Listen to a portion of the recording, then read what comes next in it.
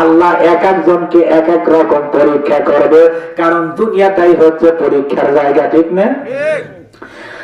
এ বৃদ্ধ বাবারা, আমরা মাদ্রাসায় চাকরি করি, কারণ সারা বছর যদি আমরা স্টুডেন্টকে আমরা মারি, কিন্তু পরীক্ষার হলের মধ্যে কোন স্টুডেন্টকে মারা হয় না, কারণ এটা হচ্ছে পরীক্ষার জায়গা। পরীক্ষার মধ্যে স্বাধীনতা আছে, আপনি যা ইচ্ছা তাই করবেন। পরীক্ষার মধ্যে আপনার স্বাধীনতা আছে, আপনি পরীক্ষা দিতে গেলেন, আপনার কমন পড়েন না, একটা গান মনে পড়ছে, একটা গান আপনি লিখে দিলেন, কেউ না করবে? একটু ভালো করে বলেন, না করবে? স্যার দেখতেছে কিন্তু না করবে না।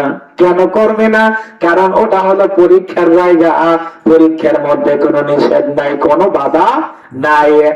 আপনি দুনিয়ার মধ্যে আল্লাহ আমাদেরকে পরীক্ষার জন্য পাঠাইছে। একজন মানুষ গভীর রাতে উঠে দেনার জন্য যাচ্ছে, আল্লাহ নিষেধ করবে না।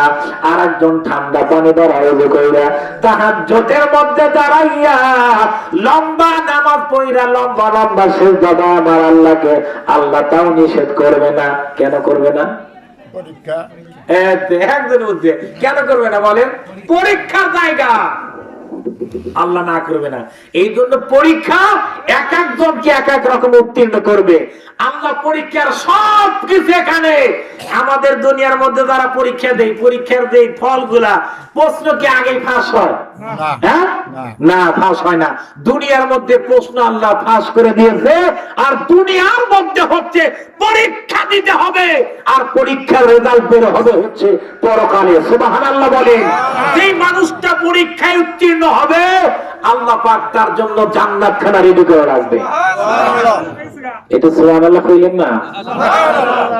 জান্নাত রেডি। কোন নিয়ামতের কথা বলবো না, খালি জান্নাতের হুর, একটা হুরের কথা বললেই শেষ করে দেই। জান্নাতের একটা হুর কেমন হবে? এদের চামড়া এত সুন্দর, এই চামড়ার ভিতর দিয়ে গোশত দেখা যাবে। সুবহানাল্লাহ কইলেন না? গোশতটা এত সুন্দর হবে, এই গোশতের ভিতর দিয়ে হাড়ও দেখা যাবে। হাড়টা এমন সুন্দর, এই হাড়ের ভিতর দিয়ে, এই হাড়ের ভিতর যে মশলা থাকে না, হ্যাঁ, এগুলাও হচ্ছে দেখা যাবে। একটু সুবহানাল্লাহ বলেন। এগুলা হচ্ছে জান্নাতের হুর থাকবে। একজন মানুষের জান্নাতের হুর দিবে আল্লাহ 70টা করে। একটু জোরে আওয়াজে বলেন সুবহানাল্লাহ। 70টা হুর হচ্ছে আপনার খেদমত করবে। এরা কাপড় পরলেও শরীর দেখা যাবে, চামড়ার বস্তু দেখা যাবে, হাড় দেখা যাবে। হাড়ের মধ্যে এদের এর ভিতর দিয়ে রক্ত চলে না, রক্ত দেখা যাবে রগের ভিতর দিয়ে। এগুলা জান্নাতের হুর। সুবহানাল্লাহ বলেন। জান্নাতের যদি একটা হুর একটা বারের জন্য যদি আমাবাসা রাতের মধ্যে যদি একটা বারের জন্য যদি এই যে কিনা আঙ্গুলটা বের করে দেয়, তামাম দুনিয়াটা সূর্যের আলো যেমন আলোকিত হয়, এর থেকে বেশি আলোকিত হয়ে যাবে।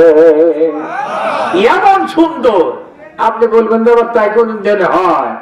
একটা হুর যদি তামাম দুনিয়ার যত পানি দেখেন, আটলান্টিক মহাসাগর, প্রশান্ত মহাসাগর, বঙ্গোপসাগর, আপনাদের পাশের গ্রামের যে নদী আছে, এই ঝিনুক নদী, দুনিয়ার সব নদীর পানি যদি এক জায়গায় করা হয়, আর প্রত্যেকটা পানি যদি লবণাক্ত হয়ে যায়, আল্লাহর পয়গম্বর বলেন, আসমান থেকে যদি একটা বারের জন্য যদি আসমানের যদি একটা হুর ওখানের মধ্যে একটু লালা ফালিয়ে দেয়, তামাম দুনিয়ার সব পানিগুলা আমার আল্লাহ মধুর থেকে বেশি মিষ্টি করে দেবে।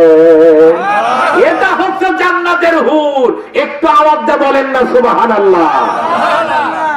আর এই হুর দিবে এই গ্রামের যারা পোলাপান শুয়ে শুয়ে মোবাইল টিপতেছে, নাকি বলেন? ওখানে হুর না, ওখানে মনে হয় এখন যে জুতা দিয়ে সব ঠিক হয়ে যায়। এই এলাকায় পোলাপান নাই, দশ বাংলা গোলা কথা বলে জানো।